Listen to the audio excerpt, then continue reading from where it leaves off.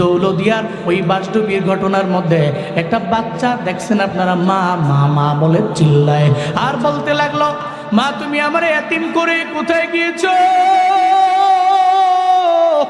ও মা তুমি আর তোমাকে নিয়ে আমি তো ঢাকায় রওনা হয়েছি। যখন বাসটা নদীর মধ্যে পড়ে গেল, ওই জায়গার মধ্যে মা একটাবারও নিজের জীবনের কথা মা চিন্তা করলো না। মা ওই রেলিংয়ের ভিতর দিয়ে নিজের সন্তানটাকে মা বের করে দিল। মায়ের মনের মধ্যে চিন্তা, আমার পোলাটা একটু বাইচা যাক, আমার পোলাটা সাঁতার যেহেতু কাটতে পারে, ওর সাঁতার কেটে একটু পারে যেতে পারবে, সবাই তারে দৌড়াদৌড়ি করে ওপরে উঠাবে। মার মনের মধ্যে চিন্তা নিয়ে রেলিং দিয়ে নিজের সন্তানটাকে বের করে দিল। মায়ের কোনো খবর নাই। যখন সন্তানটা আইল, সন্তানটা চোখের পানি ফালা ফালা কান্না করে আর সবাই রে বলে, ওই সাংবাদিক ভাইয়েরা একটু বাসের দিকে দেখো না, আমার মায়ের একটু উদ্ধার করা যায় কিনা, কারণ আমি মায়ের সারা জমিনের মধ্যে কেমনে থাকবো। আমি মায়ের সঙ্গে রওনা হলাম, ঢাকায় যাব, কিন্তু যাওয়ার পথে আমি তো বেঁচে গেলাম, আমার মা তো বেঁচে নাই, আমার মা তো জমিন থেকে বিদায় নিয়ে মনে হয় চলেই গেল। এই দৌলদিয়ার ঘটনা তোমার আমারে স্মরণ করে দেয় মরণ তোমার আমার কি পরিমাণে কাছে। আমার আল্লাহ অসহায় বানাইতে দেরি করে না। হঠাৎ করে আমি দুনিয়া আসি, আবার তো আমি চাইলেই হঠাৎ করে আমার আল্লাহ চাইলেই আমি গরিব হয়ে যাব। এই জন্য এই চিন্তা নিয়ে তাকাব্বুরি করা যাবে না, বাহাদুরিও করা যাবে না, কারণ মরণ চিরন্তন সত্য ব্যাপার। তবে কোন জায়গায় হব আমি আপনি জানি না। যেহেতু জানি না, তাহলে আমার আপনার দ্বারা জীবনে কোনোদিন তাকাব্বুরি আর অহংকারী মানায় না। এটা আমার আপনার দ্বারা কারো দ্বারা মানায় না, যেহেতু আমি জানি না কোন জায়গায় মরণ হবে। এটা হলো জমিনের বাস্তবতা।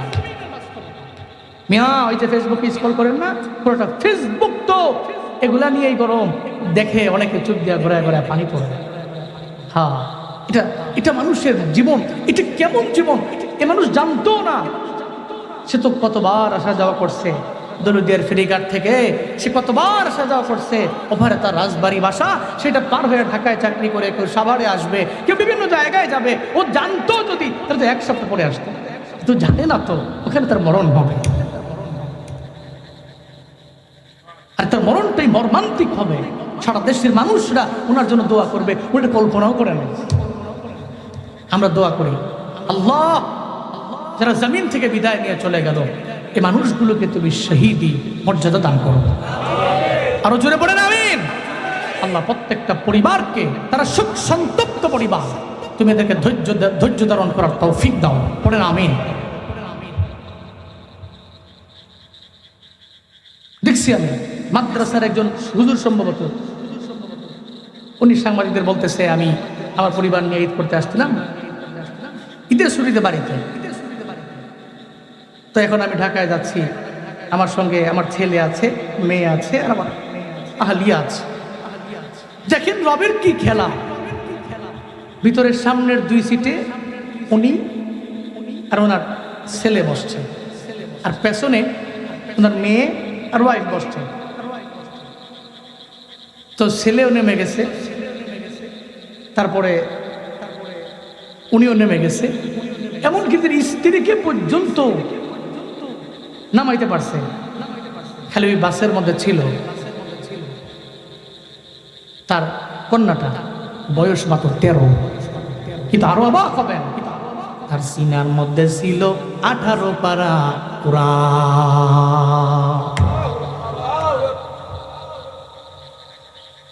সিনার মধ্যে ছিল 18 পারা কুরআন। 13 বছরের কন্যা। বাবা চোখের পানি ফেলা ফেলা সাংবাদিকরে বলতে লাগলো, কেন আমি আমার কন্যাটারে বাস থেকে আমি নামাইলাম না, কেন আমি নামাইলাম না? যদি কন্যাটারে নিয়েও নামায় নিতাম, তাহলে আজকে আমার 18 পারা মুখস্থ করা আমার মেয়েটা এই বাস ডুবিতে মরতো না। হায় হায়, হুজুরও জানে না, জমিনের কেউ জানে না কোন জায়গায় মরণ হবে। তাহলে যেহেতু আমি জানি না, কেউ জানে না, হুজুর জানে না, কেউ জানে না, তাহলে সবার দ্বারা কারো দ্বারা তাকাব্বুরি করা মানায় না। কথা বলেন ঠিক কিনা?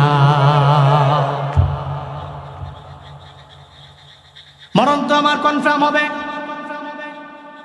তো আল্লাহর দরবারে বলা হয়, আল্লাহ যেই জায়গায় আমার মরণ হবে, তুমি আমার ঈমানি হালাতে আমার মরণ দিও। কালেমা পড়তে পড়তে আমার মনন দিও। জগৎ বিখ্যাত একজন ওলিয়ে কামেল হযরতে হাসান বসরি রহমাতুল্লাহ আলাইহি, নাম শুনছেন না?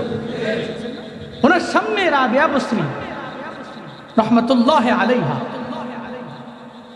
রাবিয়া বসরি ছিল হাসান বসরি রহমাতুল্লাহ আলাইহির ছাত্রী, শিক্ষার্থী। হঠাৎ করে উনি একদিন বলতে লাগলেন, রাবিয়া আমি তোমাকে বিয়ে করব, প্রস্তাব দিলেন। রাবিয়া বলতে লাগলেন, আপনার সঙ্গে বিবাহ বন্ধনে আবদ্ধ হব, আমার তো লাইফে চিন্তা অনেক, এর মধ্যে সবচেয়ে বড় বড় 4টা চিন্তা। কয়টা? সবাই বলেন কয়টা চিন্তা? ওই চিন্তাগুলো যতক্ষণ পর্যন্ত, যতদিন পর্যন্ত দূর না হবে ততদিন পর্যন্ত তো কোনোভাবেই বিবাহ বন্ধনে আবদ্ধ হবে দূরের কথা, জমিনে কোনো চিন্তাই তাই মাথায় ঢুকাইতে পারবো না। হযরত হাসান বসরি বলতে লাগলেন, আমারে জানায়া দাও কি তোমার সেই চিন্তা? 4 চিন্তা তুমি আমারে বলো। নাম্বার 1 চিন্তা হলো, জমিন থেকে একদিন আমি আপনি সবাই তো বিদায় নিয়ে চলে যাব, জমিনের মধ্যে থাকতে পারবো না, তবে আমি ঈমান নিয়ে মরতে পারবো কিনা আমার জানা নাই। কালেমা পড়তে পড়তে আমার মরণ হবে কিনা আমার জানা নাই। আপনি আমাকে এতটুকু এনশিওর করেন, আমার জীবনের শেষ কালিমা হবে লা ইলাহা ইল্লাল্লাহ, এতটুকু এনশিওর করেন। আমি কালেমা পড়তে পড়তে পড়তে পড়তে আমার মরণ হয়ে যাবে, এতটুকু যদি সিউরিটি দেন তাহলে আমার চিন্তা দূর হয়ে যাবে। কারণ কালেমা পড়তে পড়তে যদি আমার মরণ হয়, ঈমান নিয়ে মরলে মুমিনের মরণটা তো বড় দামি মরণ, ও মরণ বরণ করতে দেরি হয়ে যাবে, ওপরে গেলে আমার মাওলার সাথে মোলাকাত হবে, আর জান্নাতে যাইতে দেরি হবে না। চিল্লায় পড়া যাবে কি সুবহানাল্লাহ।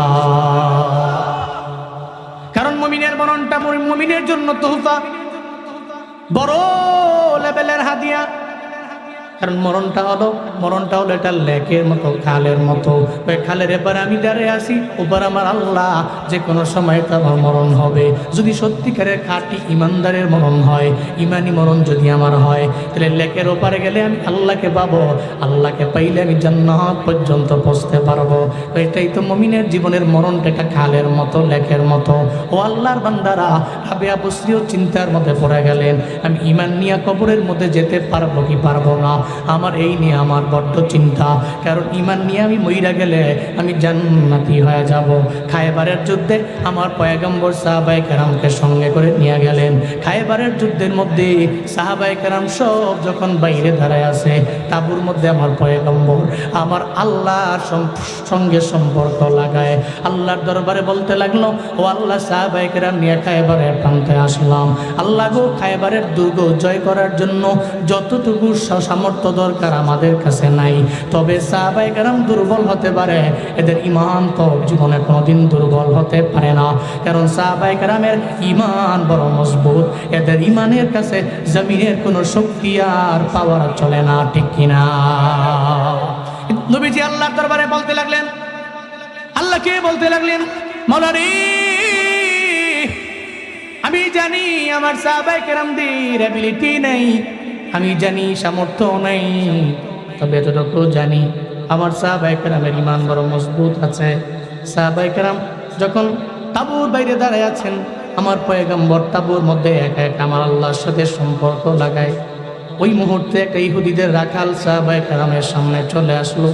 তার ডানে বামে চতুর্পাশে মেরা বকরি ছাগলের অন্তরের মধ্যে আপনারা সবাই আসলেন।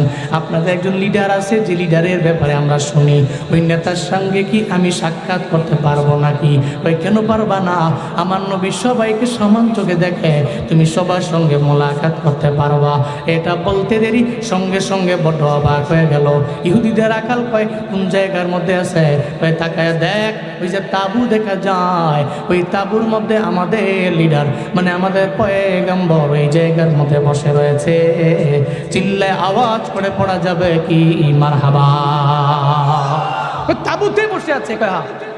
তাঁবুতে তোমাদের লিডার, উনি সুপ্রিম পাওয়ারের মালিক, তোমাদের সাহাবায়ে কেরামদের প্রত্যেকের মাথার তাজ। সাধারণ এক তাঁবুর মধ্যে আর আমাদের লিডার যারা আমাদের নেতা যারা, এদের ভাবসাবের কারণে তো কাছেই বিরা যায় না। ইহুদি অবাক হয়ে গেছে, আমাদের লিডার যারা, এর কাছে যেতে পারি না, এদের ভাবসাব কি? আর তুমি বলতেছো তোমাদের লিডার, তোমাদের নেতা সাধারণ একটা তাঁবুর মধ্যে বসে আছে, হাউ দিস পসিবল? সাহাবায়ে কেরাম বলে এটা আমাদের জন্য সম্ভব। সারা পৃথিবীর সমস্ত লিডারের দ্বারা যাওয়া সম্ভব, হযরত মুহাম্মদ সাল্লাল্লাহু আলাইহি ওয়াসাল্লামের আদর্শ লালন করা ওই নেতার পক্ষে তা সম্ভব। কথা বলেন ঠিক কিনা? কারণ আদর্শ সুমহান আদর্শ, এই আদর্শের মালা যে গলায় লাগিয়ে নেতৃত্ব দিবে, এই পৃথিবীতে সবচেয়ে দামি নেতা তো সেই হবে। আর সবার দ্বারা যাওয়া সম্ভব, তার দ্বারা এটা সম্ভবপর হয়ে যাবে। মুসলিমদের লিডার যারা হয়, এরা ইমামে আদিল হয়, এরা ইনসাফ কায়েম করে, এরা আদালত কায়েম করে, সবার মাঝে সমান করে। কারো বেলায় কম, কারো বেলায় বেশি, এরা এগুলো করে না।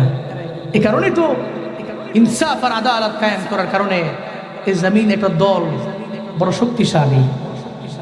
মোল্লা ভাইরা জমিনের কারো ধার দাঁড়িয়ে নয়। আল্লাহু আকবার। এদের ইমান পুরো মজবুত আছে। এরা ইমানের উপরে পরিপূর্ণ মজবুত থেকে সকালে একটা কয়, বিকালে একটা কয় না। সকালে যেটা কইছে চিরজীবন পর্যন্ত এই কথার উপরে অটুট থেকেছে। তো নবীজি সাল্লাল্লাহু আলাইহি ওয়াসাল্লাম তাঁবুতে আছেন। সে অবাক হয়ে গেল যে মুসলিমরা, মুসলিমদের লিডাররা, মুসলিমদের নেতারা বুঝি এমন হয়? হ্যাঁ, মুসলিমদের লিডাররা এমনই হয়। এরা এমন লিডার হয়, এমন নেতা হয়। এরপরে নবীজিকে দেখে তাঁবুতে সে গেল, তাঁবুর ভিতরে ঢুকলো। সে তো সালাম দেয় না, সালাম বুঝেও না, পারেও না। ইহুদিদের রাখাল, সাধারণ লোক, সমাজের নিম্ন শ্রেণীর লোক, মেষ টেস চড়ায়, দুর্গন্ধ আছে বডিতে। নবীজি একটা বারের জন্য তো নাকটাকে উপরে টান দিয়ে ধরে নাই, ওই কি নোংরা ছেলে আমার কাছে আসছে, একটা বারও বলে নাই। রাখাল তো প্রথমেই অবাক হচ্ছে, এত বড় লিডারের তাঁবুতে প্রবেশ করলাম, ওনার সঙ্গে কেউ নাই, সেফটির জন্য ডানে বামে সামনে পেছনে কেউ নাই, আমার ঢুকে দিচ্ছে, আমি তো ওনাকে ক্ষতি করতে পারি। কিন্তু না, সে তো অবাক হচ্ছে। নবীজি ডাক দিয়ে নিয়ে ইহুদিদের রাখালদের নবীজির সামনে বসালেন। সামনে বসলো। এবার ইহুদি রে, কি জন্য আইলা? তাঁবুর মধ্যে আমি নবীজি আল্লাহর সঙ্গে আমার সম্পর্ক আমি লাগাইতেছিলাম, এই সময় তুমি আমার কাছে কেন আইলা? ইহুদি কয়, আপনি সব সাহাবায়ে কেরামের লিডার আমি জানি, তবে আপনার একটা দাওয়াতের কথা আমি সবার মুখে মুখে শুনতে পাইলাম। আপনি নাকি একটা দাওয়াত দেন, সেই দাওয়াতটা কি? কয় সেই দাওয়াতটা হলো লা ইলাহা, আল্লাহ ছাড়া কোনো ইলাহ নাই, এক আল্লাহর ইবাদত করো। যদি এক আল্লাহর ইবাদত করতে পারো তাহলে সফল কাম হয়ে যেতে পারবা। এই যে একটা দামি একটা দাওয়াত, এই দাওয়াতটা আমি দেই, সাহাবায়ে কেরামরা এই দাওয়াত দেয়। যদি আমি কালেমা পড়ে এই মুহূর্তে আপনার সামনে মুসলমান হয়ে যাই, তাহলে আমার কি ফায়দা হবে, আমার কি উপকার হবে, আমায় বলেন না। আল্লাহ নবীজি বলে দিলেন, ইহুদিদের রাখাল, তুমি যদি কালেমা পড়ে মুসলমান হয়ে যাও, তাহলে তুমি হয়ে যাবে একজন ইমানদার। আর ইমানদারদের জন্য পুরস্কারের ব্যাপারে আমার আল্লাহ তো কোরআনের মধ্যে জানায়া দিল, ইন্নাল্লাযীনা আমানু وعملوا الصالحات كانت لهم جنات الفردوس نزلا। চিল্লায়ে পড়েন আল্লাহু আকবার। আল্লাহ জানায়া দিয়েছে দুইটা শর্ত তুমি মেনে নাও। নাম্বার 1, ঈমান, ঈমানটাকে মজবুত করে তুমি আগায় যাও, ঈমানের পরে নেক আমল করো। যদি দুইটা গুণে নিজের গুণান্বিত বানাইতে পারো, তাহলে আমি আল্লাহ জান্নাতুল ফিরদাউস তোমার জন্য অবধারিত করে রাখলাম। তুমি যদি কালেমা পড়ো তাহলে তুমি জান্নাতের মেহমান হয়ে যাবা। আর কোনো ফায়দা আমার হবে কিনা? 2 নাম্বার, তুমি যখন কালেমা পড়ে মুসলমান হয়ে যাবা, তুমি সাদা কালো তোমার বডিতে গন্ধ আছে না নাই, এই ব্যাপারে আমরা চিন্তা করব না। আমার কাঁধের সঙ্গে তোমার কাঠটা মিলে যাবে।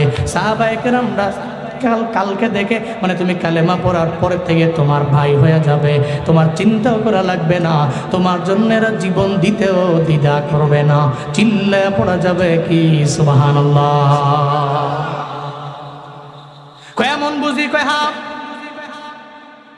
তাহলে এই ধর্ম তো সত্য ধর্ম, এত দামি ধর্ম, তাহলে আমি কেন অন্য ধর্ম আছি?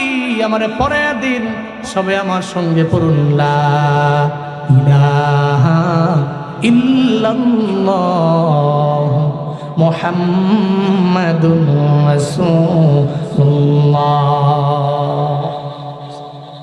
কালেমা পড়ে মুসলমান হয়ে গেছে। এবার নবীজিকে বলতে লাগলেন, পয়গম্বর এবার বলেন না, আমি তো কালেমা পড়ে মুসলমান হয়ে গেলাম, এখন আমি কোন আমলটা করব? নবীজি বললেন, এখন নামাজের সময় না যে তোমাকে নামাজ পড়ার জন্য আমি বলবো, এখন রোজার সময় না তোমাকে আমি রোজা রাখার জন্য বলবো, এখন দান সৎকার করার সময় না যে আমি তোমার দান সৎকার করার জন্য বলবো। এই ইহুদিদের রাখাল, এতক্ষণ তুমি ইহুদি ছিলা, এখন তুমি নবমুসলিম হয়ে গেলা, এখন তোমার জন্য সবচেয়ে বড় কাজ হলো জিহাদের ময়দানে যাওয়া। কারণ খায়বারের প্রান্তরে সাহাবায়ে কেরামেরা এরা যুদ্ধ করার জন্য এই ময়দানের মধ্যে হাজির। তুমি যদি এদের সামনে যাও, এদের সঙ্গে যাইয়া এদের সঙ্গে কাঁধে কাঁধ মিলে যুদ্ধের ময়দানে যুদ্ধ করতে পারো, যদি শহীদ হইতে পারো, তাহলে তোমার কপাল বড় ভালো, বড় ফায়দা। এবার ইহুদিয়ে কয়, ও পয়গম্বর আমার, এখন যদি আমি সাহাবায়ে কেরামের সঙ্গে কাঁধে কাঁধ মিলাইয়া যদি আমি ওখানে গিয়ে যুদ্ধের ময়দানে যদি আমি শহীদ হয়ে যাই, তাহলে শহীদ হয়ে গেলে আমার জন্য কি ফায়দা, আমার জন্য কি উপকার? তাহলে আমায় বলে দেন না।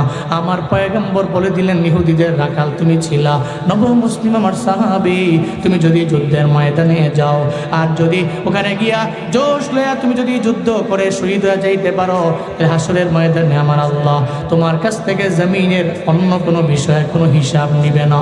কারণ হাসরের ময়দানে আল্লাহ শহীদের ডাকবে, এই শহীদেরা আমার কাছে আসো।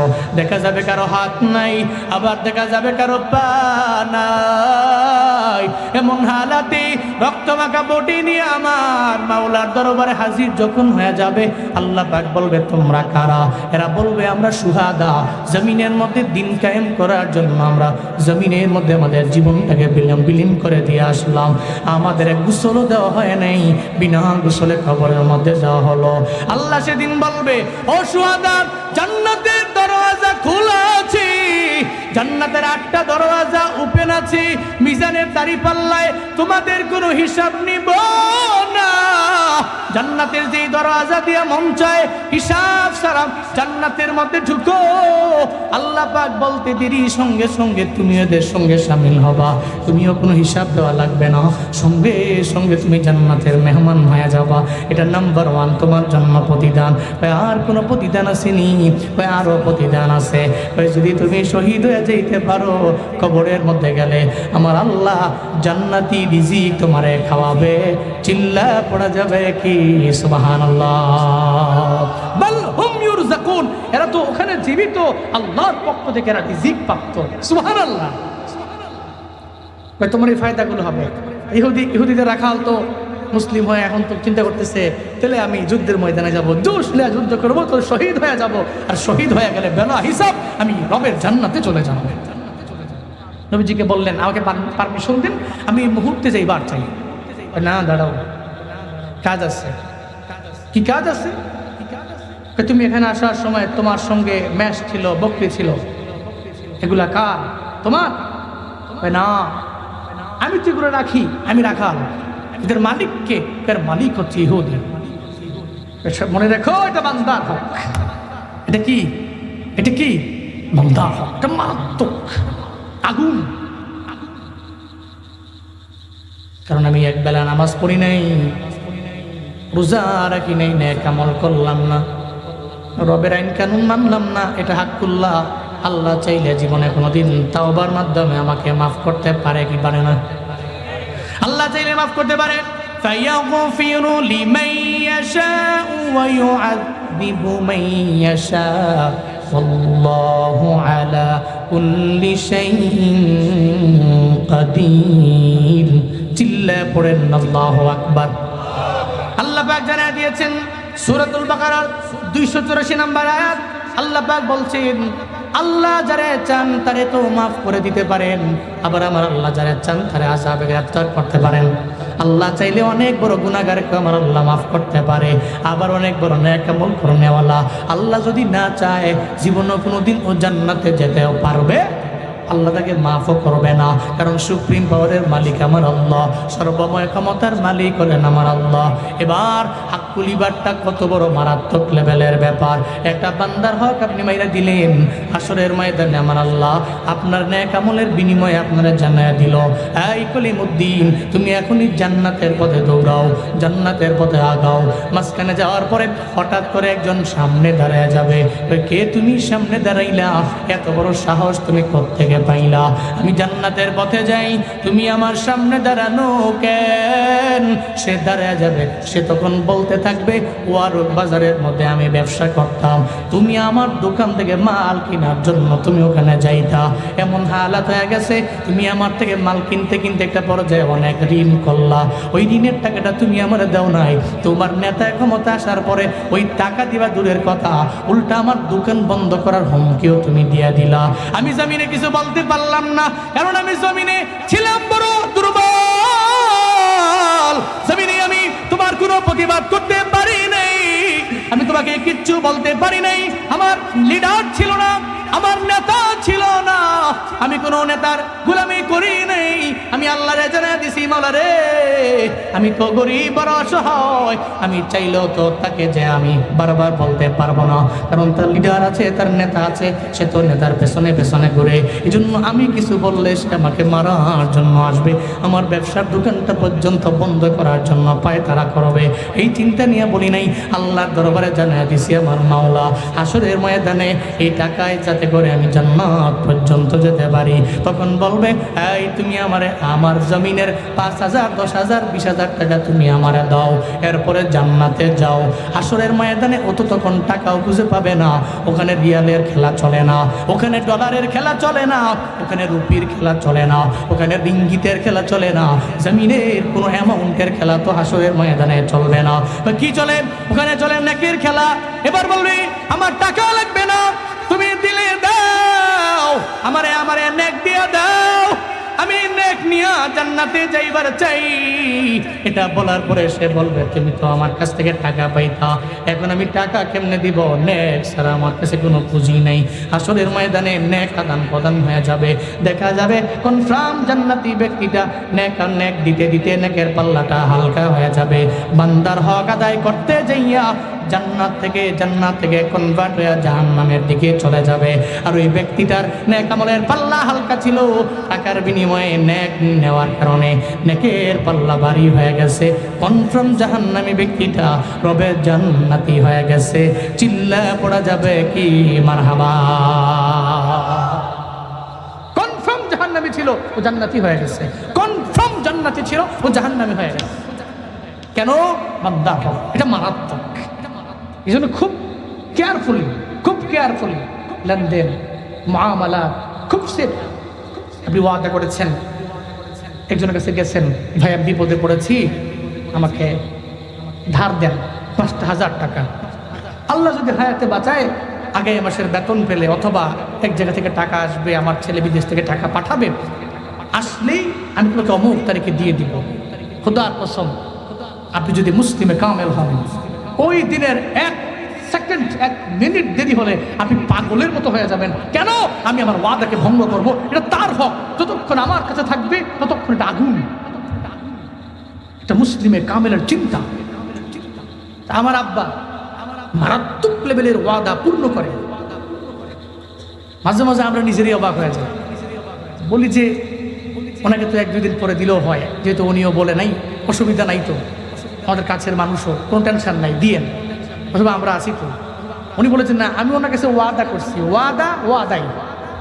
তো ওনার 3 ভাইয়ের বাড়ি, 3 ভাইয়ের বাড়িতে উনি ঈদের পরে দাওয়াত নেন, ঈদুল ফিতরের পরে ঈদুল আজহার পরে ভাগ করে নেয়, হয়তো 2 ভাইয়ের বাড়ি ঈদুল ফিতরের পরে যায়, আর আরেক ভাইয়ের বাড়ি ঈদুল আজহার পরে যায়, তা আবার ঈদুল ফিতরের পরে সমস্ত ব্যয়দেরকে দাওয়াত দিয়ে উনি ওনার বাড়িতে নিয়ে আসে। এটা ওনারা হচ্ছে এভাবে উনি খুব স্বাচ্ছন্দ্য বোধ করেন, সমস্ত আত্মীয় স্বজনরা একসাথে হন। তো উনি যখন দাওয়াত নেন, ঠিক আছে আমি দাওয়াত নিয়েছি, কি শর্ত? শর্ত কি কয় টাইম টাইমিং সবসময় বলে আমাদেরকে টাইম টাইমিং। আমি বলছি যে 12টায় ওখানে গিয়ে থাকবো, আমি বলছি এটা 12টায় গিয়ে এদের বাড়িতে আমি থাকবো, 12টার 1 মিনিট দেরি হতে পারবে না। যদি 12টার 1 মিনিট দেরি হয় তাহলে আমি একা যাবো, তোমরা সবাই পরে আইবা, লাস্টে আইবা, তবে একদিন কথা বলবো না। ওয়াদা, এটা মুমিনের ওয়াদা, আমানত, এটা মুমিনের আমানত, এটা মারাত্মক। তো আপনার জবানের দাম আছে, মনে রাখবেন। আপনি কিছু কথা বলছেন, এটার দাম আছে, আপনার আমানতের এটার দাম আছে। আপনার ব্যাকগ্রাউন্ডে যে নবীজি সাল্লাল্লাহু আলাইহি ওয়াসাল্লাম, আপনার নবীজি যে লিডার আপনার, যে নেতা আপনার, যে সাইয়্যিদ আপনার, ওনার পুরা জিন্দেগিতে কোনো খেয়ানত নাই, ওনার পুরা জিন্দেগিতে ওয়াদা করে, ওয়াদার খিলাফ করে। আপনি কেন করবেন? আল্লাহ আমাদের সব ভাইকে বান্দার হকের ব্যাপারে, ওয়াদার ব্যাপারে, আমানতের ব্যাপারে সুচ্চার হওয়ার তৌফিক দান করেন। সকলে পড়েন আমিন। ইটস সেনসিটিভ, এই জন্য বললাম। তো নবীজি বললেন তুমি যাও, তুমি গিয়ে এগুলা দিয়ে আসো। সমস্ত মেষ বকরিগুলা নিয়ে দিয়া হ্যান্ডওভার করে চলে আসছে। বলতে নবীজি এখন তো যেতে পারি? হ্যাঁ এখন যেতে পারি। যুদ্ধের ময়দানের জোশ নিয়ে উনি রওনা হয়ে চলে গেলেন। ওখানে গিয়া যুদ্ধ করতে করতে একটা পর্যায়ে উনি জমিন থেকে বিদায় নিয়ে চলে গেলেন। যুদ্ধ শেষ হয়ে গেল। সাহাবায়ে কেরাম দেখতেছেন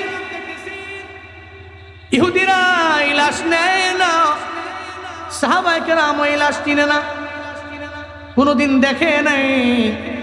কোত্থেকে আসলো এই লোকের বডি? তো জীবনে কোনোদিন দেখলাম না, চেহারাও কোনোদিন দেখলাম না। সাহাবায়ে কেরাম দৌড়ে আমার পয়গম্বরের দরবারে গেলেন। যে কয় পয়গম্বর, এমন একটা লোক ওই জায়গার মধ্যে শহীদ হয়ে গেল, ওনারে আমি জীবনে কোনোদিন আমরা দেখলাম না। শুধু তাই না, ওনারে যে দেখছি এমন না জীবনে কোনোদিন দেখলাম না, আবার ইহুদিরাও নেয় না। এখন কি করতে পারি আমায় বলেন না। এটা বলার পরে সঙ্গে সঙ্গে, এটা বলার পরে সঙ্গে সঙ্গে সাহাবায়ে কেরামদের নবীজি জবাব দিয়ে দিল। নবীজি বলে দিলেন, দেখো এমন একটা লাশ এই জায়গার মধ্যে আছে, তার নামের পাশে লেগে গেছে শহীদ। তার চেহারার দিকে তাকায় দেখো না, জীবনে কোনোদিন নেক ওয়াক্ত নামাজও পড়লো না, জীবনে কোনোদিন একটা রোজাও রাখলো না, জীবনে কোনোদিন কোনো নেক আমলও করলো না, দান সদকা তো করলো না, যাকাতও দিল না, কিছুই করলো না। বরং তাকায় দেখো না, এই ব্যক্তিটা কালেমা পড়ার পরে শহীদ হয়ে গেল, কালেমার সাথে এই ব্যক্তিটার মরণ হয়ে গেল। এই ব্যক্তিটা বেলা হিসাব মাওলার জান্নাতি। চিল্লায় পড়া যাবে কি আল্লাহু আকবার। কালেমা পড়ছে, যুদ্ধের ময়দানে গেছে, ওখানে গিয়ে শহীদ হয়ে গেছে, বেলা হিসাবে লোকটা জান্নাতি। দেখো তোমরা অবাক না? আমরা অবাক। নামাজ পড়ে নাই, রোজা রাখে নাই, কোনো আমল করে নাই। আরে কি খুশ নসিব, কালেমা পড়লো, ঈমান আনলো, শহীদ হলো, তো বেলা হিসাব জান্নাতি হয়ে গেল। আল্লাহু আকবার। এবং খুশ নসিব কার আছে? রাবেয়া বস্তির তো এই চিন্তা, রাবেয়া বস্তির চিন্তা এটাই। এভাবে কালেমা পড়তে পড়তে ইমানের সঙ্গে আমার মরণ হবে কিনা এ ব্যাপারে বলেন না। হাসান বসরি রহমাতুল্লাহ আলাইহি বলেন, নিজেরই বেল নাই, নিজেরই কি নাই, নিজেই যে কালেমা পড়তে পড়তে মুসলমান হব কিনা, মুসলমান হইয়া একেবারে মুসলিম কামেল থাকা অবস্থায় আমার মরণ হবে কিনা, এই চিন্তা নিয়ে আমি নিজেই তো বুঝতেছি না কি করব। আমি তোমার ব্যাপারে কি গ্যারান্টি দেব? আমার দেশে এমন কিছু পীর আছে, নিজেকে পীর দাবি করে, মূলত সে মানুষকে জান্নাতের পথে নেয় না, জাহান্নামের পথে পথ প্রদর্শন করে, আবার বলে দেয়, এমন কথা বলে। চিন্তা করো কেন? তুমি এমন এক বাবার মুরিদ হয়েছ, এমন এক পীরের মুরিদ হয়েছ, নামাজ লাগবে না, কিছুই লাগবে না, খালি মুরিদ হও, দেখবা সে তোমাকে হাসরের ময়দানে সুপারিশ করে জান্নাত পর্যন্ত নিয়ে যাবে। নাউজুবিল্লাহ, জোরে পড়বেন না। জগৎ বিখ্যাত ওলিয়ে কামেলরা একজন ওই কথা বলতে পারে নাই। তোমার মতো ভণ্ড পীর, নিজেরই নামাজের খবর নাই, নিজেরই আমলের খবর নাই, তুমি নিজে জান্নাতি হতে পারবা কিনা এ ব্যাপারে গ্যারান্টি নাই, আর 10 জন দলে জান্নাতে যাবে, বলে কি? নাউজুবিল্লাহ। হাসান বসরি রাহমাতুল্লাহ আলাইহি নাম্বার 1 প্রশ্নের জবাব দিতে পারলেন না, টেনশন দূর হইল না। নাম্বার 1, 4টা প্রশ্ন, 4টা সওয়াল, মনে আছে তো? 4টা টেনশন ব্রেনের মধ্যে আছে। নাম্বার 1 গেল। নাম্বার 2 নম্বরে বলতে লাগলেন, উস্তাদ হাসান বসরি, আপনি আমাকে বিবাহ বন্ধনে আবদ্ধ করার জন্য অফার করলেন। জমিনের মধ্যে আমার চিন্তা হলো চারটা। এক নাম্বার চিন্তা, ইমানি মরণ হবে কিনা। দুই নাম্বার, জমিনের মধ্যে আমার সবচেয়ে বড় চিন্তা হলো, জমিনের মধ্যে আমার সবচেয়ে বড় চিন্তা হলো এই জমিনে আমরা কেউ থাকতে পারবো না। যেদিন জমিন থেকে বিদায় নিয়ে চলে যাব, কবরের মধ্যে যাওয়ার পরে মুনকার নাকির আমাদের কবরের ভিতরে আসবে, আমাদের বসাইয়া তিনটা সওয়াল করবে। মান রাব্বু ওয়া মা দীনু ওয়া মান হাযার রাজুলুল্লাযী বুইসা ফীকুম। সওয়াল করবে কয়টা? মান রাব্বুকা, রবের পরিচয় দাও। ওয়া মা দীনু, ধর্মের পরিচয় দাও। ওয়া মান হাযার রাজুলুল্লাযী বুইসা ফীকুম, আমার পয়গম্বরের পরিচয় দেওয়ার জন্য যখন তিনটা সওয়াল করবে, ওই তিনটা সওয়ালের জবাব দিতে পারবো কি পারবো না, এই ব্যাপারে আমার একটু চিন্তা মুক্ত করতে পারবেন কি না। হযরত হাসান বসরি কয়, নিজেরই খবর নাই, আমি তোমার ব্যাপারে আমি কেমনে বলবো? আমারই তো সারা জিন্দেগির মধ্যে আমার চিন্তা, কবরের মধ্যে যাওয়ার পরে এই তিনটা সওয়ালের জবাব আমি দিতে পারবো কি পারবো না, আমি বড় চিন্তায় পড়ে গেলাম। কারণ যেই চিন্তা নিয়ে আম্মাজান খাদিজা আমার পয়গম্বরের সামনে কান্না করে, আম্মাজান খাদিজা আমার নবীজির দুঃখের দিনের বিবি, এরপরেও আম্মাজান খাদিজা ইন্তেকালের আগে চোখ দিয়ে ঘোরা ঘোরা পানি পড়ে, উনি হুজরাখানার মধ্যে চোখের পানি ফেলায় ফেলায় কান্না করছেন। আমার নবীজি গেলেন, যা বলতে লাগলেন, খাদিজা তুমি আমার দুঃখের দিনের স্ত্রী, তুমি কেন কান্দো? কয় জমিনে থাকতে পারবো না, আমার শরীর বলে হয়তো জমিন থেকে আমি বিদায় নিয়ে চলে যাব, তবে আমার ভয় হয় কবরের মধ্যে আমি একা একা কেমনে থাকবো, আমার ভয় হয় কবরের মধ্যে আমি একা একা কেমনে সময় কাটাবো। এই চিন্তা নিয়ে আমার ঘুম আসে না, চোখ দিয়া করে করে পানি পড়ে আমার মায়ার নবী বলতে লাগলেন, তুমি কি বলবা কি বলবা তুমি আমার জানা দাও, তুমি যা বলবা আমি তাই মানার চেষ্টা করব। এরপরও খাদিজা তোমার চোখ দিয়া করে করে পানি পড়বে, এটা আমি নবীজি জীবনে কোনোদিন মাইনা নিতে পারবো না। আম্মাজান খাদিজা আমার পয়গাম্বরের দরবারে আবদার জানাইল, ও পয়গাম্বর আমার, ও স্বামী আমার, যেদিন জমিন থেকে আমি বিদায় নিয়ে চলে যাব, জমিন থেকে বিদায় নিয়ে চলে যাব, আমার নাম্বার 1 শর্ত হলো ওই জমিনের সমস্ত মানুষদের বাজার থেকে কাপড় কিনা, বাজার থেকে সাদা কাপড় কিনা, কাপড়ের কাপড় পরায়, আমার বাজার থেকে কাপড় কিনা ওই কাপড় দিয়ে আমার কাপড়ের কাপড় পরাইয়েন না। আমার বিদায় নেওয়ার পরে আপনার গা মোবারকের একটা জুব্বা মোবারক আপনি খুইলা দিয়েন, ওই জুব্বা মোবারক দিয়া আমার সুন্দর করে কাপড় দিয়া কাপড় পরাইয়া এরপরে কবরে দিয়েন, চিল্লা পড়া যাবে কি মারহাবা। এটা বরকতি জুব্বা, তো এই জুব্বা মোবারক দিয়ে যদি আমার কাপড়, এই কাপড় মোবারক দিয়ে যদি আমার কাফন দেন, তো এই কাফন নিয়ে আমি কবরে গেলে অন্তত পক্ষে কোনো গজবের ফিরিস্তা আমার কবরে আসতে পারবে না। সুবহানাল্লাহ জুড়ে পারবেন না? এটা আমার নাম্বার 1 আবদার। নবীজি আমার 2 নাম্বার আবদার হলো, আমি জমিনে থাকতে পারবো না, বিদায় নিয়ে আমি চলে যাব, কবরে চলে যাব। ওই কবরে যেদিন আমি যাব, অন্য কোনো ব্যক্তি দিয়ে আমার লাশ কবরের মধ্যে নামাবেন না। আমার কবরে গিয়ে আপনি একটু দাঁড়াবেন, আপনার দেহ মুবারকের পা মুবারক যখন আমার কবরের মধ্যে পড়বে, যেই কবরে আমার নবীজি এবং নবীজির পা মুবারক যে কবরের মধ্যে পড়লো, তাহলে ওই কবর বড় দামি হয়ে যাবে। ওই কবরের মধ্যে গজবের ফিরিস্তারা গজব দেওয়ার জন্য আসতে পারবে না। আমার 2 নম্বরে আবদারটা আমার পূরণ করবেন। আমার 3 নম্বর আবদার পূরণ করবেন, যখন মানুষগুলো তাদের লাশ আত্মীয় স্বজনদের কবরের মধ্যে দাফন করে দেয়, এরা দাফন করার শেষে দোয়া দিয়া এর উপরে সবাই বাড়ির মধ্যে চলে যায়, সবাই চলে যাবে, আপনি যেতে পারেন না, আপনি যাবেনও না। কারণ যদি আপনি চলে যান, কবরের মধ্যে আমি একা হয়ে যাব। ওই কবরের মধ্যে মুনকার নাকির আমার সামনে আসবে, আমার সওয়াল করবে 3টা। এই 3টা সওয়ালের জবাব আমি দিতে পারবো কি পারবো না, এই ব্যাপারে আমার মনের মধ্যে বড় চিন্তা আছে। পয়গম্বর আপনি জায়গার মধ্যে দাঁড়াইয়া যখন 3টা সওয়াল করবে আমার পক্ষ হইয়া, এই 3টা সওয়ালের জবাব আগে দিবেন, এরপরে আপনি বাড়ি যাবেন। বলেন আমার আবদার রাখবেন কিনা? চিল্লা আওয়াজ করে পড়েন একবার মারহাবা। কয়টা আবদার? 3টা আবদার। ইন্তেকালের আগে 3টা আবদার আপনি মানবেন কিনা? তাহলে আমার চোখের পানি বন্ধ হয়ে যাবে। সুবহানাল্লাহ পড়বেন না? তুমি যে বললেন তোমার এই 3টা আবদারই আমি পূরণ করলাম। আম্মাজান খাদিজার ইন্তেকাল হলো।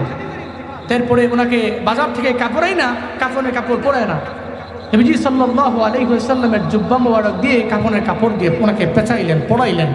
এরপরে দিয়ে কবরের মধ্যে যখন নামাবে তখনও পয়গম্বর সাল্লাল্লাহু আলাইহি ওয়াসাল্লাম আম্মাজান খাদিজাকে ওখানে নামালেন। উনি নিজের হাত মোবারক দিয়ে নামালেন। নামানোর পরে পশ্চিম দিকে মাথাটা ঘুরাই দিচ্ছেন বারবার, কাবার দিকে। আমাদের এখান থেকে পশ্চিম দিকে, ওখান থেকে কাবার দিকে ঘুরাচ্ছেন, বারবার ঘুরাচ্ছে, কিন্তু কাবার দিকে যায় না, খালি আসমানের বরাবর হয়। সুবহানাল্লাহ জোরে পড়বেন না, খালি সোজা থাকে, বারবার নবীজি কাবার দিকে ফিরে। নবীজি চিন্তায় পড়ে গেলেন, চোখ দিয়ে ঘোরা ঘোরা পানি পড়ে। আল্লাহর দরবারে বলতে লাগলেন, হে মালিক,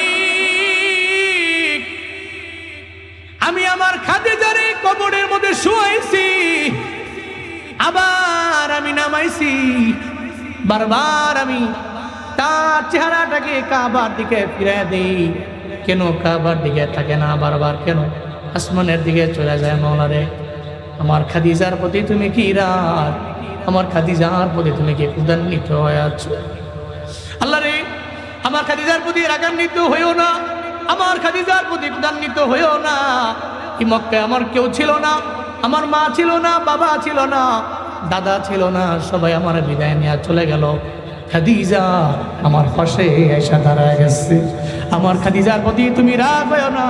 এ কারণে আমি কবরে খাদিজার লাশটাকে আমার হাত মোবারক দিয়ে আমি নামাইলাম, আমি কাবার দিকে ফিরে দেই। কাবার দিকে ফিরে দিলে বারবার কেন আসমানের দিকে যায়? আল্লাহ পাক রব্বুল আলামিন কয়, ও জিবরাইল তুমি যাও যাও, আমার মায়ার নবীরে গিয়ে সান্ত্বনা দাও, আমার মায়ার নবীর দরবারে গিয়ে আমার নবীরে জানায় দাও, নবীর কোনো চিন্তা নাই, কোনো টেনশন নাই, নবীর কান্না করা লাগবে না। আমার নবীরে গিয়ে জানায় দাও, যতই আজকে চেষ্টা করবে বারবার কাবার দিকে মুখটা ফিরে দেওয়ার জন্য, কাবার দিকে মুখটা ফিরে দেওয়ার জন্য, খাদিজার মুখ তো কাবার দিকে ফিরে যাবে না, কারণ খাদিজাকে আমার আল্লাহই তো বড় মহাব্বত করে। আল্লাহ চায় না খাদিজার চেহারা কাবার দিকে ফিরে থাকুক, আল্লাহ চায়, আল্লাহ ফেরেশতাদের যা কয়, আমার নবী কাবার দিকে ফিরে দিছি, খাদিজার চেহারাটারে আমার দিকে ফিরে দে।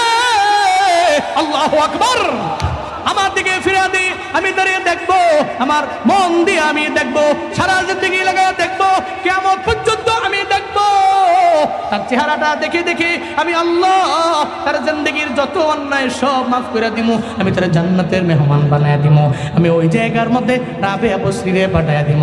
শুধু তাই না, আমি ওই জায়গার মধ্যে ওই আসিয়া আলাইহিস সালাম রে আমি কবরের মধ্যে পাঠায় দিব, তাকে হেল্প করার কল দেওয়ার জন্য, তাকে সেফটি দেওয়ার জন্য যা লাগবে আমি আল্লাহ স্বয়ং নিজে আমি আল্লাহ দিয়া দিব। আমার নবীরে যা জানায় দাও, আমার নবীর কোনো চিন্তা নাই, চিল্লায় পড়া যাবে কি সুবহানাল্লাহ, নবীর কোনো চিন্তা নাই। তাহলে কও না নবীর, হ্যাঁ নবীর দরবারে জিবরাইল সালাম দিয়ে নবীকে বলছেন, নবীজি আপনি বারবার কাবার দিকে ফিরে এলেও এর চেহারা তো কাবার দিকে ফিরবে না, কারণ এই চেহারা তো আল্লাহ দেখতে চায়। আহা সুবহানাল্লাহ বলে না, আপনি ফিরান কেন? এই চেহারা দেখতে চায় কে? আপনি ফিরাইয়াও লাভ নেই, কারণ এক ফেরেশতা নিয়োজিত আছে। আপনি একবার কাবার দিকে ফিরান, ফেরেশতা বারবার আল্লাহর দিকে তার মুখটাকে ফিরাইয়া দেয়। নবীজি চিন্তা মুক্ত হলেন। তো নবীজি এবার দাফনের কাজ সম্পাদন করলেন, 2টা আবদার পূরণ করলেন। 3 নম্বর আবদার আছে না, সবাই বিদায় নিয়ে চলে যাবে, কিন্তু আপনি বিদায় নিয়ে যেতে পারেন না। মুনকার নাকির আসার পরে 3টা সওয়ালের জবাব আপনি নিজে দিয়ে দিবেন, আপনি নিজে দিয়ে দিবেন। এটা দেওয়ার পরে এরপরে আপনি যাবেন, এর আগে আপনি যাবেন না। নবীজি দাঁড়ায় রইলেন, লম্বা সময় হয়ে গেছে, কিন্তু কবরের মধ্যে মুনকার নাকির 2 জনের একজনও কবরের মধ্যে আসে না। নবীজি চিন্তায় পড়ে গেলেন, বারবার আল্লাহর দরবারে বলতে লাগলেন, মাওলা রে, আমার খাদিজারে কবরের মধ্যে রাখার পরে মুনকার নাকির কেন আসে না? এই বিষয়ে তুমি কি বলবা আমার জানা নাই, তবে আমি যেতে পারবো না যতক্ষণ পর্যন্ত মুনকার নাকিরের 3টা সওয়ালের জবাব আমি না দিতে পারবো, ততক্ষণ পর্যন্ত আমার বাড়ি যাওয়ার কোনো অনুমতি নাই। কারণ আমি ওয়াদা করেছি মুনকার নাকিরের সওয়ালের জবাব দেওয়া ছাড়া আমি আমার বাড়ির মধ্যেও যেতে পারবো না, আমি বাড়িতেও যাব না। সঙ্গে সঙ্গে আল্লাহ আবার জিবরাইলে পাঠিয়ে দিছে। আল্লাহ বলছে, ও জিবরাইল যাও যাও, আমার পয়গম্বরের দরবারে যাও, আমার পয়গম্বরে গিয়ে জানায় দাও আজকে খাদিজার কবরের মধ্যে মুনকার নাকির 2 জনের একজনও আজকে আসবে না। কারণ 3টা সওয়ালের জবাব, মান রাব্বুকা ওয়া মা দীনুকা ওয়া মান হাযা রাজুলুল্লাযী বুইসা ফীকুম, এই 3টা সওয়াল করার জন্যই তো মুনকার নাকির কবরের মধ্যে আসে। তবে এইটাই তো আমি আল্লাহ মুনকার নাকিরে দেই নাই। আমি বলছি মুনকার নাকির আমার কাছে আয়, কই যাবা, কই খাদিজা মারা গেছে কবরে যাব, এ কবরে যাইস না। মান রাব্বুকা, ওই সওয়ালের জবাব আমি আল্লাহ দিয়া দিছি, রব্বি আল্লাহ, আল্লাহু আকবার, ওই জবাব তো আমি দিয়া দিছি। ওমা দীনু দীনি আল ইসলাম, আমি খাদিজার পক্ষ হইয়া আমি নিজেই তো জবাব দিয়ে দিছি। ওমান হাযা রাজুলুল্লাযী বুইসা ফীকুম, আমি নিজেই জবাব দিয়ে দিছি। হাযা নাবিয়্যুনা ওয়া রাসূলুনা মুহাম্মদ সাল্লাল্লাহু আলাইহি ওয়াসাল্লাম, এই জবাব তো আমি দিয়ে দিছি। কিছু কোনো চিন্তা নাই, আমার নবীরে গিয়া জানায় দাও আমার নবী এখনই যাতে বাড়ি চলে যায়, মুনকার নাকির একটা বারের জন্য খাদিজা কবরের মধ্যে আসবে না। আওয়াজ করে পড়েন সুবহানাল্লাহ। একটা বারের জন্য মুনকার নাকির আসবে না, কারণ যে কাজের জন্য আসতো ওই কাজ তো আল্লাহ নিজেই মিটায় দিয়েছেন। সুবহানাল্লাহ করবেন না, জোরে বলুন। আল্লাহ নিজেই মিটায় দিছে। আল্লাহ খাদিজার পক্ষ হয়ে 3 সওয়ালের জবাব দিয়ে দিছে।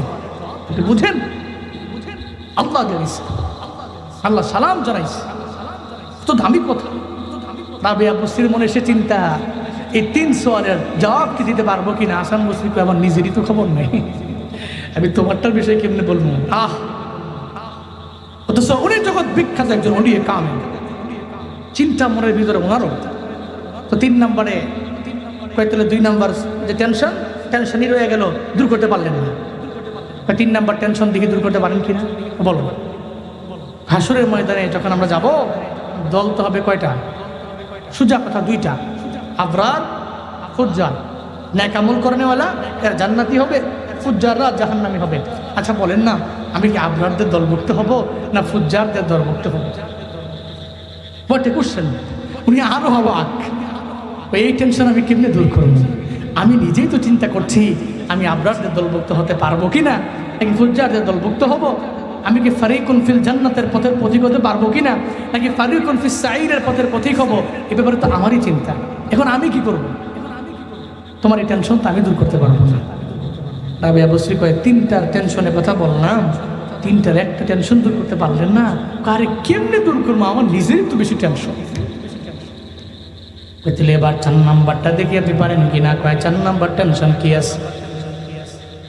4 নাম্বার টেনশন হলো হাসরের ময়দানে মিজানের দাড়ি পাল্লায় যখন কার্যক্রম যখন শেষ হয়ে যাবে, জান্নাতে যাওয়ার জন্য একটা ব্রিজ আছে, ব্রিজ। এই ব্রিজের নাম কি? সবাই বলে না, আমাকে বলেন না। ওই বলছে রাতের ব্রিজটা আমি পার হতে পারবো কি পারবো না, জান্নাতের পথের পথিক আমি হতে পারবো কি পারবো না, আমাকে বলেন না। এই ব্যাপারে আগে একটু আমার টেনশন দূর করে দেন না। সঙ্গে সঙ্গে হাসান বসরি উনি নিজেই কয়, ওই ব্রিজে উঠার মতো ক্ষমতা কি আমার আছে না নাই? ওই ব্রিজ আমি নিজে পার হতে পারবো কি পারবো না, এই ব্যাপারে তো আমার নিজেরই কোনো গ্যারান্টি নাই। আমি তোমারে কেমনে গ্যারান্টি দিয়ে দিব? আমি তোমারে এই ব্যাপারে তোমার টেনশন আমি দূর করতে পারবো না।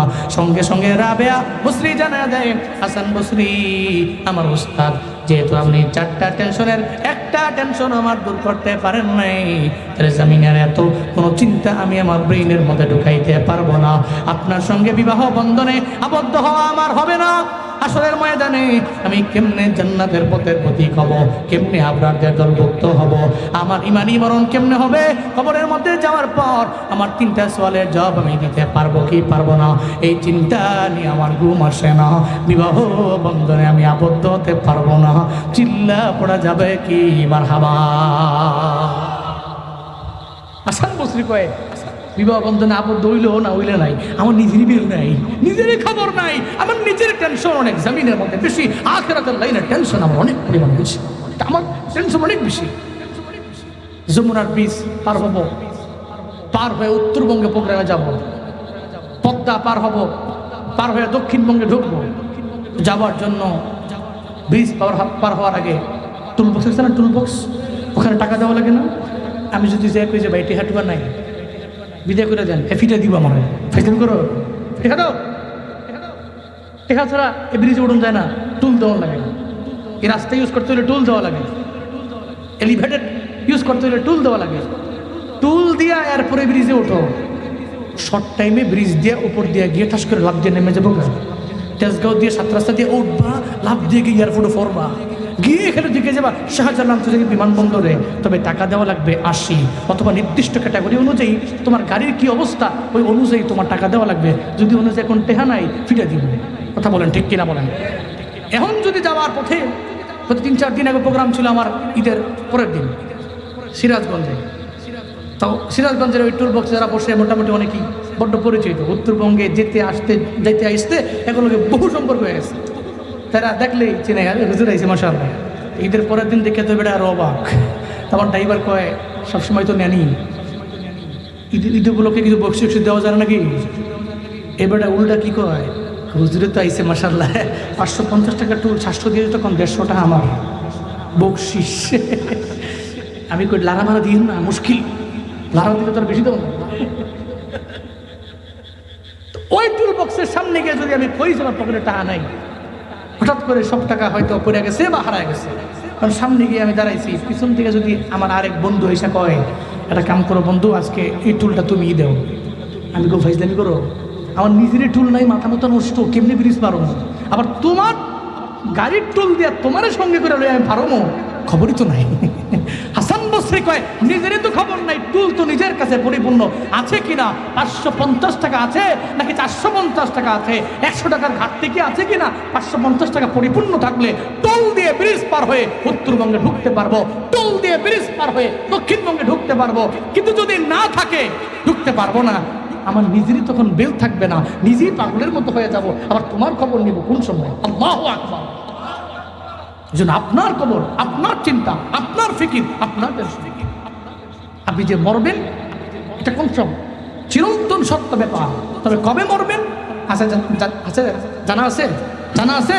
জানা নাই। এই জন্য বাপ মরণের আগে এ চিন্তা করে যে কোনো সময় আমার মরণ হবে, এ চিন্তা করে এখন থেকে পুঁজি তৈরি করেন। আইয়ুকুম আহসানু আমালা। দেখি না একটু আমরা কম্পিটিশন করি, কার চাইতে তেলাওয়াত একটু বেশি করতে পারি, কার চাইতে নামাজ একটু বেশি পড়তে পারি, কার চাইতে দান সৎকার একটু বেশি করতে পারি, কার চাইতে ভালো কাজ একটু বেশি করতে পারি। আইয়ুকুম আহসানু আমালা, আইয়ুকুম আহসানু আমালা। আমলের দিক থেকে কে আহসান হতে পারি, অধিক উত্তম হতে পারি, অনেক আগায় থাকতে পারি, এই চিন্তা নিয়ে আমি ঘুরি। কারণ এই আমার কবরে আমি একা যাব, ওখানে কেউ যাবে না, আমার সঙ্গে কেউ হবে না। 3 সওয়ালের জবাবটা আমারই দেওয়া লাগবে। এই চিন্তা নিয়ে, এই ফিকির নিয়ে আমরা ঘুরি। আল্লাহ আমাদের সবাইকে মরণের কথা চিন্তা করে চলার তৌফিক দান করেন। সকলে চিল্লায় পড়েন আমিন, আরো জোরে পড়েন আমিন, আর একটু আওয়াজ করে পড়েন আমিন। ভাই সব আজকের মাহফিলে আসার আগে আমাকে আক্তার ভাই রিকোয়েস্ট করেছে, এই মাহফিলের জন্য অনেক খরচ করেছে ওনারা, মসজিদের মাহফিল, মসজিদের উন্নতির জন্য আপনাদের কাছে কিছু চাইতে। আমি জানি আপনারা ফিরে দিবেন না, চাঁদপুর শাহরাস্তির মানুষ, আমি চাইলেই আপনারা ফিরাবেন না, এতটুকু আমি আশা রাখতে পারি। কে আছেন? হুজুর দান সদকাতের মাধ্যমে বালা দূর হয়, মুসিবত দূর হয়। দান সদকাতের মাধ্যমে আল্লাহ পৃথিবীর বহু বিপদগ্রস্ত মানুষকে আল্লাহ বিপদ থেকে উত্তরণের পথ বের করে দিচ্ছে। দান করছে এর বদৌলতে, দান করছে 1 গামলা ময়দা, রুটি বানানোর যে আটা আছে না, এই আটা 1 গামলা 1 বল দান করছে, দিয়ে দিছে। এর বিনিময়ে আল্লাহ পাক রব্বুল আলামিন তাকে 1 জাহাজ ভর্তি মাল দিয়ে দিছে।